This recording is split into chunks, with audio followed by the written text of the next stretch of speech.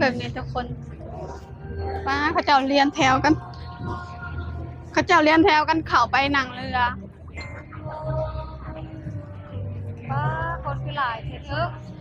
ใครก็มาถ่ายรูปได้จุดถ่ายรูปอันนี้เขาจะสี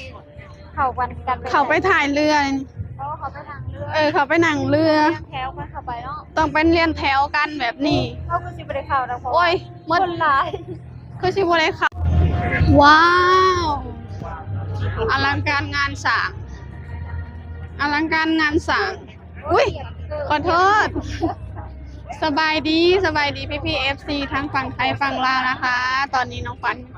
ก็มาเที่ยวงานสวนลุมนะคะ ทุกคนงานวันพิศามุ่งหน้าสู่แกรนด์เดี๋ยวไลฟ์อ่านไม่ถูกก็ขอโทษขออภัยนำเด้อทุกคนป้าพระเจ้าแห่กันสิเขาไปหนังเรือว้าว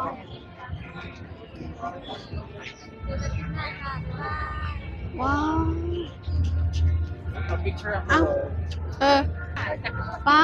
เธอทุกคนชาวต่างชาติมาลายแห้งวันนี้มือสุดท้ายแนม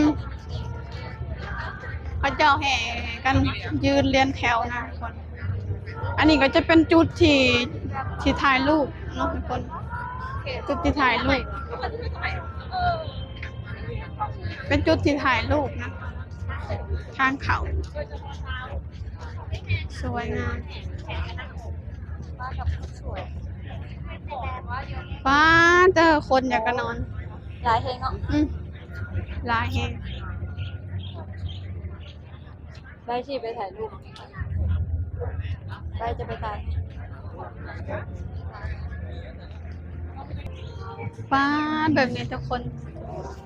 ป้าเขาเจ้าเรียนแถวกันเข้าไปนั่งเรือป้าคนคือหลายเถอะ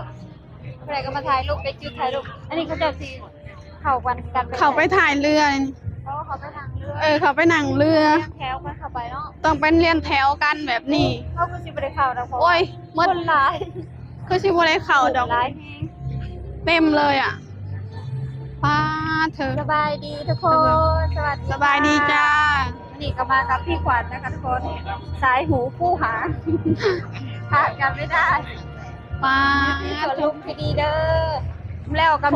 มีดนตรีอีกเหมือนนี้เนาะแม่นเลยก็มีดนตรีอีกเธอเบื้องในเขาเจ้าคือเห็ดแบบนี้เนาะขากเนาะเพิ่นแยกขยะแยกขวดเนาะเขาจะเห็ดขากอะไรนี่แหละเขาจะแยกขวดแยกยังเรียบร้อยแบบบ่อยากให้มันปนกันนะป้าผู้ยังใหญ่เธอคุณผู้กำลังยิ้มเลยป้าบ่าวกำลังป้าคนไทยลายกวดถูกมืออีกได้นี่ลายกวดถูกอาทิตย์มื้อนี้เป็นอาทิตย์สุดท้ายมั้งแม่นบอกแค่เกิดว่าเพิ่นมีหอดวันใดเบิ่งข้างในป้าเขาจะนั่งดนตรีในสวนบ่ดิดนตรีในสวนบ่อ๋ออันนี้เพิ่นผูกอยู่ข้างในเนาะแม่นป้าทุกผู้เต็มเลยทางนี้ก็เต็มเลยทุกคน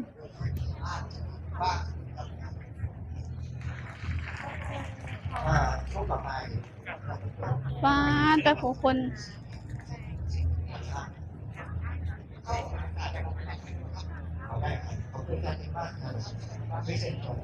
อันนี้ก็คืออันนี้อ่ะเธอข้าเจ้ามีจุดถ่ายรูปป้าเธอทุกคนเจ้ามากันลายอะไรเต็มเลย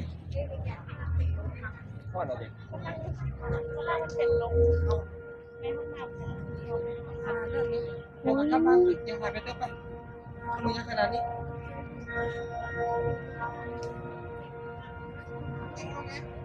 ป้า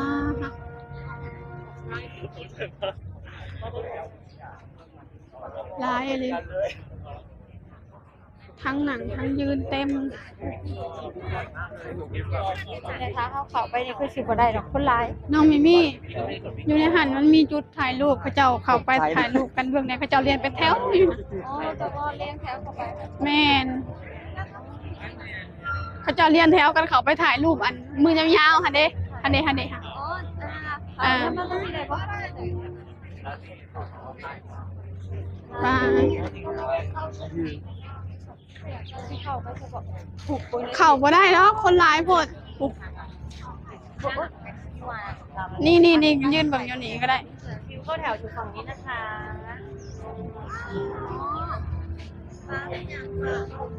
อ๋อถ้าประเด็นจะเข้าเรียนแถวค่ะ อ่า อ๋อนี่ไงเธอนี่นี่ เออเขาไปถ่าย 10 มีนาคมเลยหรือบ่ก็เป็นแบบไม่ได้จะรอเขาไปถ่ายรูป เขาเจ้าเรียนแถวกันเขาไปถ่ายรูป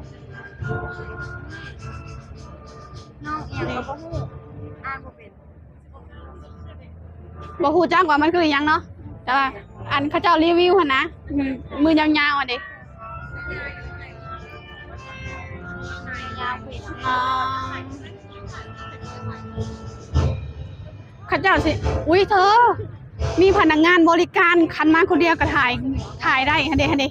ถ่าย เขาเจ้าสิถ่ายให้เขาเจ้าสิบริการให้ดีแท้เนาะเอ้ย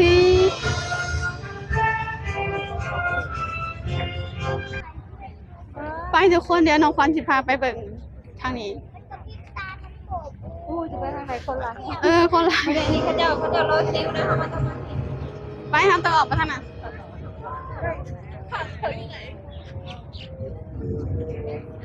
อู้ยืนแถวรอคิวเพื่อจะไปถ่ายรูปสุดยอดทุกคน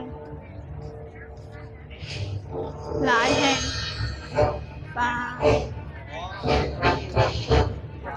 คนหลายแห่ง ไม่ใช่ทางเข้าเป็นครับ นี่เด้ทุกคนนี่พระเจ้ารอคิวจะไปถ่ายรูปนี่เน่จุดนี้ ได้ละปั่นเรือ เราจะลงไปถ่ายรูป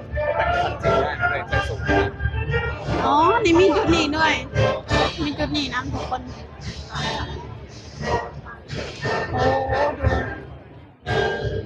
ดูคนคือมาหลายแท้นี่ป้าเต็มเลยป้าสุดยอดมีทุกมุมเลยนะทุกคนมีทุกซอกทุกมุมเลยว้าวมีเขาไปข้างในกับซิมี่พนักงานให้บริการอยู่นะทุกคนเพิ่นจะบ่ให้ถ่ายรูปแบบอันเพิ่นจะบ่ให้แบบ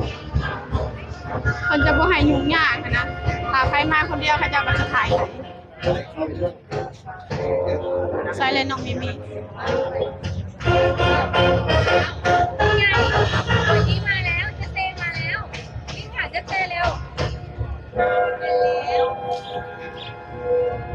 น้องมิมี่ไปใส่เลยเนาะป่ะ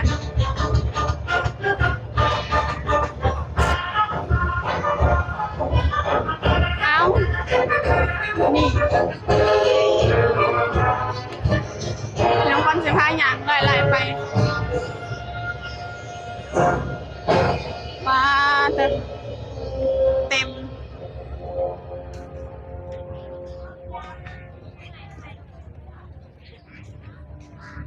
็มเลย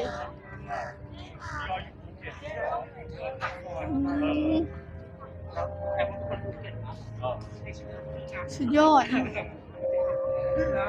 ไปฟังคนจะกีที่ว่า แกทายอย่างเงี้ย ป้าหลายเอง